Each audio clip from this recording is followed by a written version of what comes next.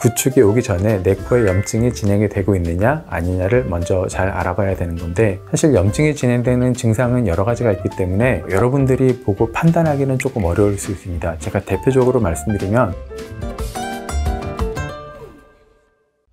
안녕하세요.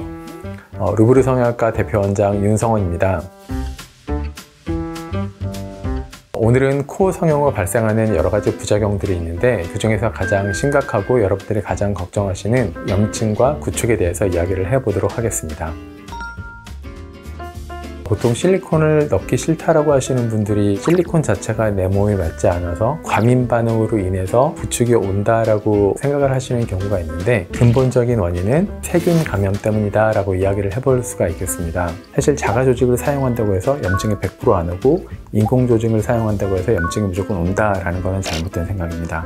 코가 아물면서 실리콘의 표면을 따라서 얇고 매끄럽게 흉살이 형성이 되게 되고, 이게 하얗고 얇은 막처럼 생겨서 피막이다, 혹은 영어로는 캡슐이다 라고 부르고 있는데, 피막도 마찬가지로 콜라겐 섬유가 얇게 뭉쳐져 있는 형태로 되어 있습니다. 우리 몸에 세균이 들어오게 되면은 우리 몸은 정상적인 면역 반응에 의해서 세균을 공격하여서 잡아먹게 되는데, 만약에 연골이나 보형물이 있으면은 이 과정에 좀 방해를 받기 때문에 세균들이 잡아먹히지 못하고 번식을 하게 돼요. 세균이 번식을 하면서 우리 몸에 있는 정상 조직을 공격하게 되는데, 공격을 받아서 파손된 피막 주변으로 새로운 피막이 형성이 되고, 이렇게 손상이 되고 회복이 되는 과정이 반복이 되면서 피막이 점점 두꺼워지게 됩니다.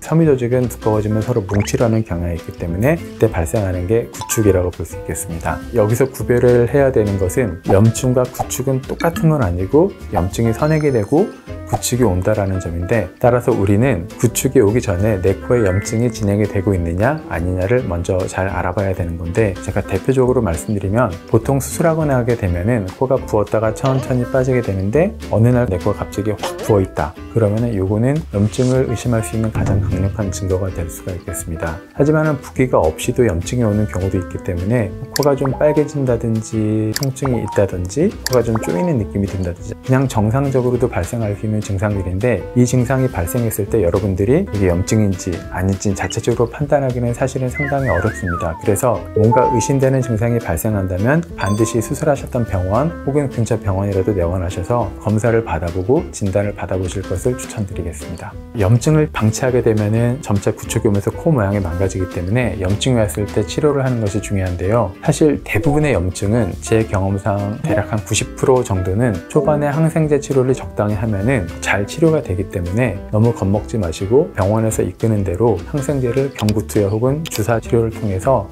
일주일에서 2주일 정도 집중적으로 치료를 하면은 염증이 재발하지 않고 잘 치료되는 것들을 경험을 했었습니다. 만약 약물 치료로 염증이 잡히지 않게 되면 수술적인 치료가 필요한데요. 두 가지가 있습니다. 첫 번째는 세척, 그리고 두 번째는 제거입니다. 세척은 코를 열어서 보형물이나 연골은 제거하지 않고 주변에 있는 염증이 되는 물질들만 소독약으로 깨끗이 씻어내는 것을 말하고요. 만약에 이 방법으로도 잡히지 않으면은 제거를 해야 되는데, 제거를 할 때에는 보형물이나 연골들을 모두 제거를 하게 됩니다. 근데 일반적으로 제거가 필요할 때에는 가급적이면은 염증이 오지 않은 재료들은 남겨두는 경우가 있는데요. 이는 만약에 모든 재료를 제거했을 때 코가 확 무너져서 코 모양이 보기 흉하게 변하는 것을 방지하기 위해서입니다. 하지만 만약에 타이밍이 늦어서 염증이 실리콘과 연골에 모두 퍼지게 되면은 그때는 모든 것을 제거하는 방법밖에 없을 것 같습니다.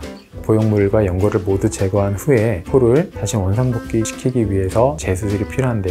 가급적이면 최소 6개월 이상 충분히 휴식을 취하면서 코 안에 있는 조직들이 회복되기를 기다린 후에 수술을 하는 것이 좋습니다.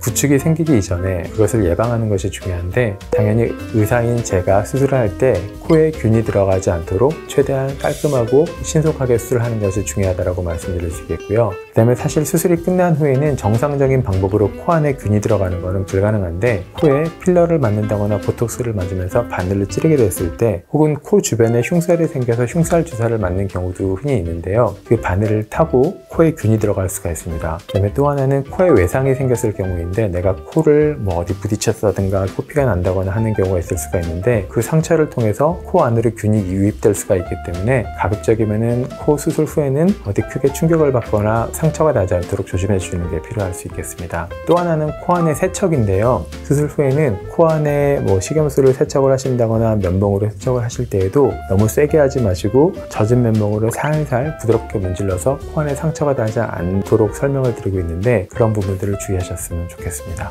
그리고 수술 후 흡연이나 음주도 중요한데요. 수술 후에 최소 한 달에서 한 석 달 정도는 흡연이나 음주를 하지 않으시는 게 내 코에 염증이 생기고 구축이 생기는 것을 예방하는 데 중요한 역할을 할 수 있겠습니다. 구축코는 흔하게 발생하는 부작용은 아니지만은 만약에 구축이 생기게 되면은 코의 모양이 보기 흉하게 변하고 교정을 하는 것도 매우 어렵기 때문에 조심을 하셔야 되는 것은 맞습니다. 하지만 구축에 의한 막연한 걱정이나 정확하지 않은 정보들로 인해서 자신에게 적합하지 않은 재료나 수술 방법을 선택하여서 불이익을 당하지 않으셨으면 좋겠고요. 오늘 영상 보시면서 궁금한 점 있으시면 댓글로 남겨주세요. 제가 성심성의껏 답변을 해드리도록 하겠습니다. 지금까지 의부르성형외과 윤성원이었습니다. 감사합니다.